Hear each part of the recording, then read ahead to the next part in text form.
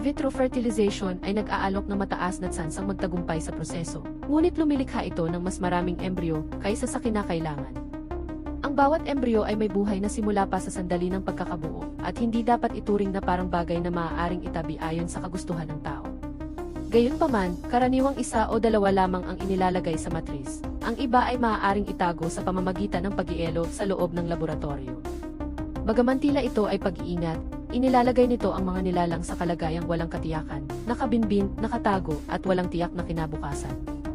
Sa huli, ang mga hindi napili ay naiiwan na lamang, napapabayaan, o tuluyang itinatapon, kaya hindi na sila nagkakaroon ng pagkakataong mabuhay, bagaman taglay nila ang karapatang ito mula sa Diyos.